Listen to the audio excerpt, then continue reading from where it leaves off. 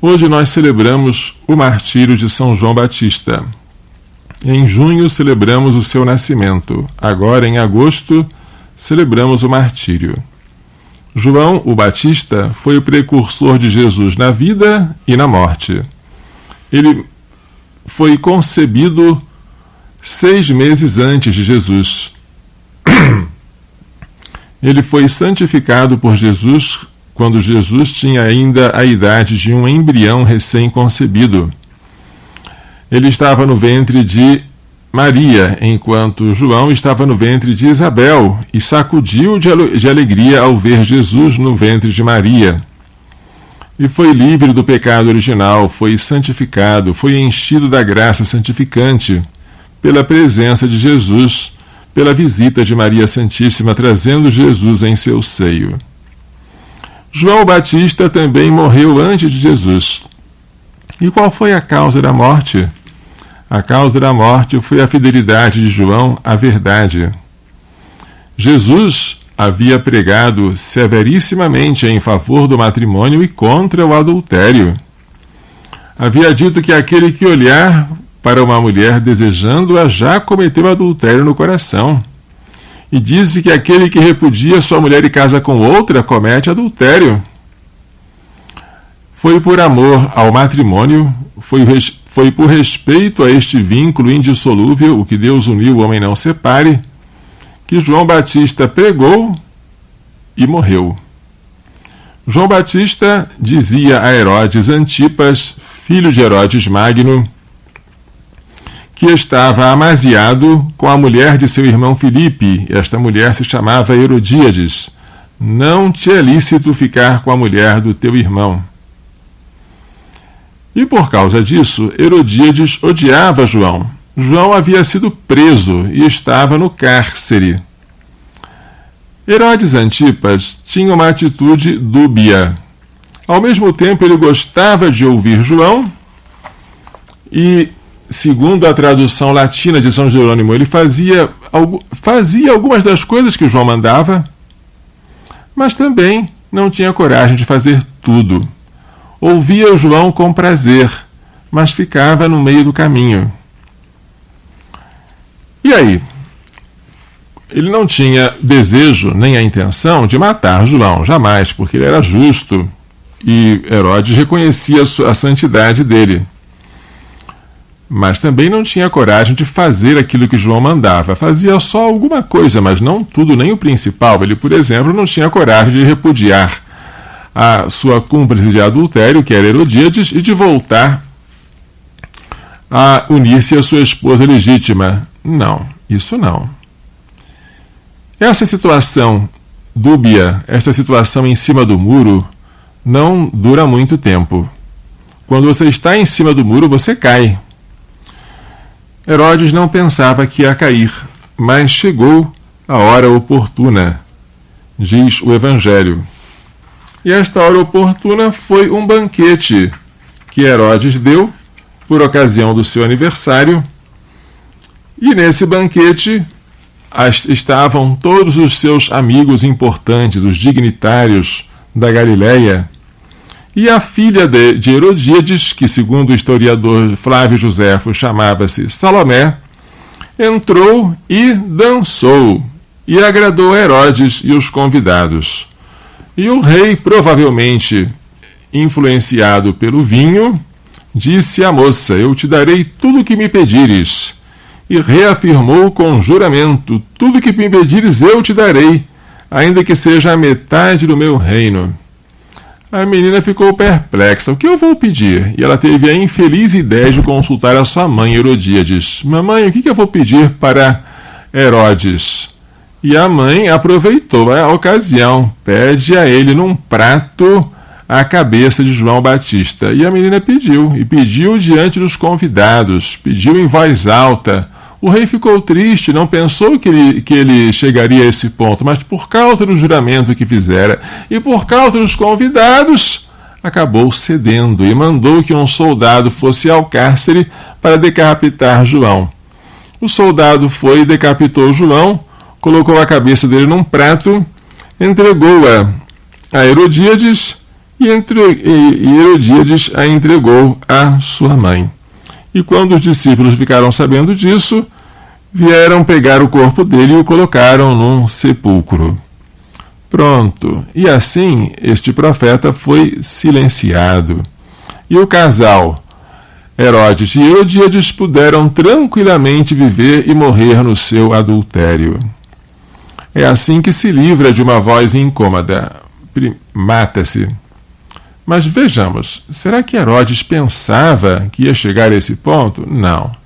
Ele ia deixar João Batista preso, mas nunca iria matá-lo. Também ele não ia atender a tudo que João Batista falava. João Batista falava coisas interessantes, algumas coisas ele cumpria, mas não tudo. E especialmente ele não cumpria o principal, que era deixar o adultério. Às vezes, quando você não se decide a cumprir a vontade de Deus, mas quer cumpri-la pela metade, você não faz ideia de onde você vai chegar. Mas você chega até onde não pensava. Vamos dar um exemplo? Você aprendeu em alguma palestra sobre a castidade que não apenas a fornicação é pecado, mas tudo aquilo que causa o desejo da fornicação. Fornicação é a união sexual entre solteiros. É pecado. Pecado grave. São Paulo diz, fugir da fornicação. Todo outro pecado que o homem comete fora do seu corpo. Mas o fornicador peca contra o seu próprio corpo. E o nosso corpo é membro do corpo de Cristo. O nosso corpo é templo do Espírito Santo. E o nosso corpo não pode ser profanado. Mas você aprendeu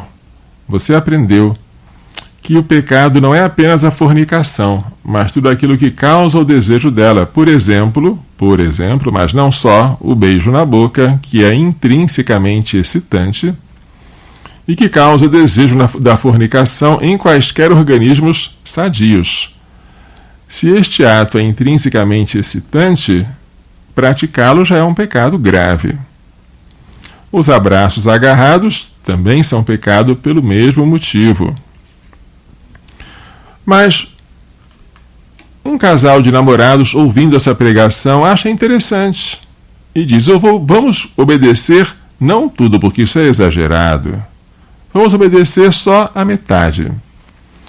Nós podemos beijar sim, por que não? Deixar de beijar é um exagero, mas vamos beijar poucas vezes. Podemos beijar sim, porque deixar de beijar é um exagero, mas vamos beijar rapidinho. Vamos beijar não demorando muito. Podemos beijar sim, por que não? Porque deixar de beijar é um exagero, mas vamos beijar tomando cuidado. Vamos encostar só os lábios, mas não a língua. Esse casal pensa que consegue enganar a Deus, mas não consegue. Esse casal que tenta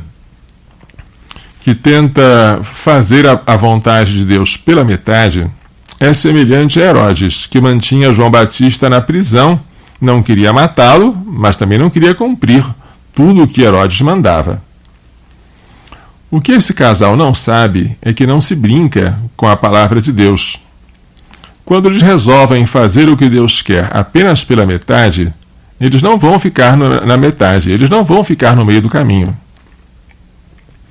Quando esse casal resolve violar a Deus, violar a lei de Deus, mas achando que não vai violar muito, que vai ficar só aí, esse casal descobre, tarde demais, que essas precauções aparentes que eles desejaram tomar são inúteis, além de ridículas.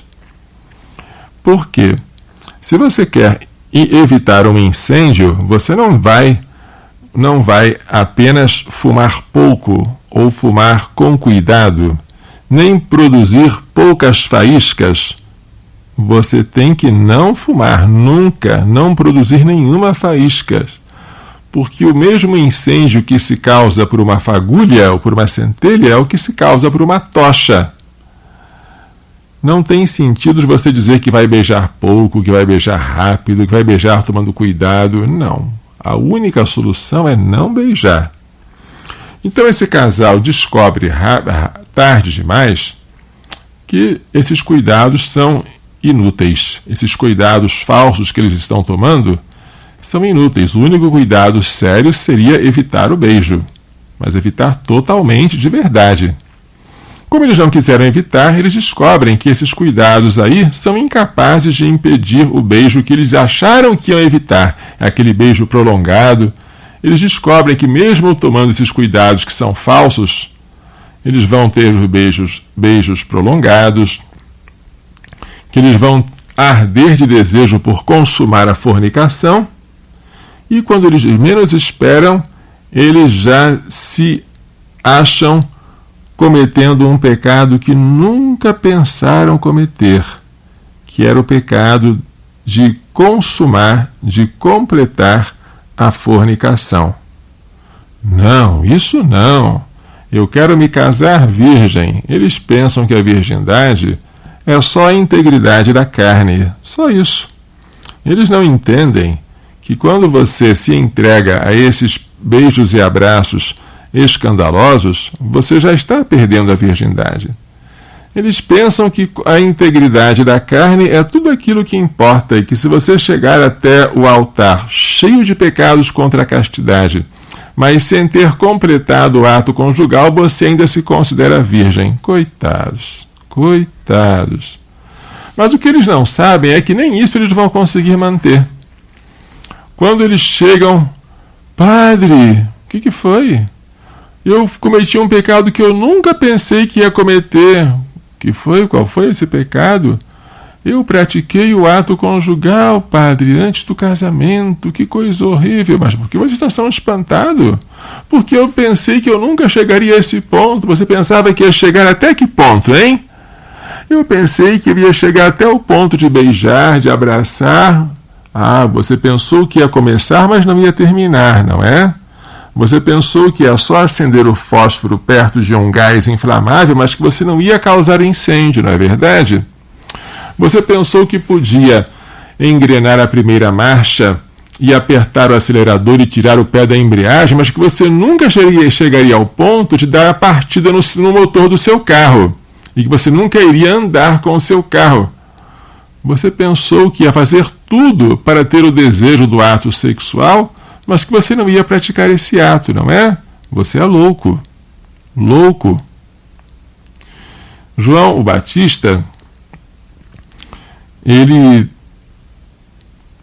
com firmeza, disse o que Herodes devia fazer: abandonar a mulher do seu irmão. Herodes pensava que poderia continuar com a mulher do seu irmão, continuar cometendo adultério, mas que ele nunca chegaria ao ponto de cometer um homicídio. Isso não. E acabou cometendo. Vocês, namorados, pensaram que poderiam ofender a Deus por beijos e abraços, mas que nunca chegariam a consumar o ato sexual. Pensaram. Que pena. Descobriram que não se pode brincar com a palavra de Deus. Acabaram consumando. Você quer fazer a palavra de Deus? Faça direito. Faça como Deus manda. Não faça pela metade. Não brinque com ela. Não mantenha a palavra de Deus algemada ou acorrentada, como Herodes quis fazer. Quer fazer a vontade de Deus? Faça direito. Você quer namorar? Evite tudo aquilo que causa o desejo da fornicação. Não se sinta satisfeito porque você ainda não completou o ato conjugal, porque cada vez que você peca por beijos e abraços escandalosos, você já está começando este ato e já está pecando mortalmente. Quer namorar de verdade? Evite as ocasiões próximas de pecar. Nunca fique sozinho com o seu namorado ou com a sua namorada. Exija que haja uma pessoa vigiando você. Não se sinta ofendido se alguém chama você de fraco, porque fracos somos todos. Mas ninguém tu deves considerar mais fraco do que tu, diz o livrinho conhecido como Imitação de Cristo. Agradeça a sua mãe e o seu pai quando eles têm medo de você cometer pecado por fraqueza, porque eles, mais experientes do que você, sabem os perigos que você está passando e que você não imagina. O verdadeiro namorado cristão ele agradece quem se preocupa com ele.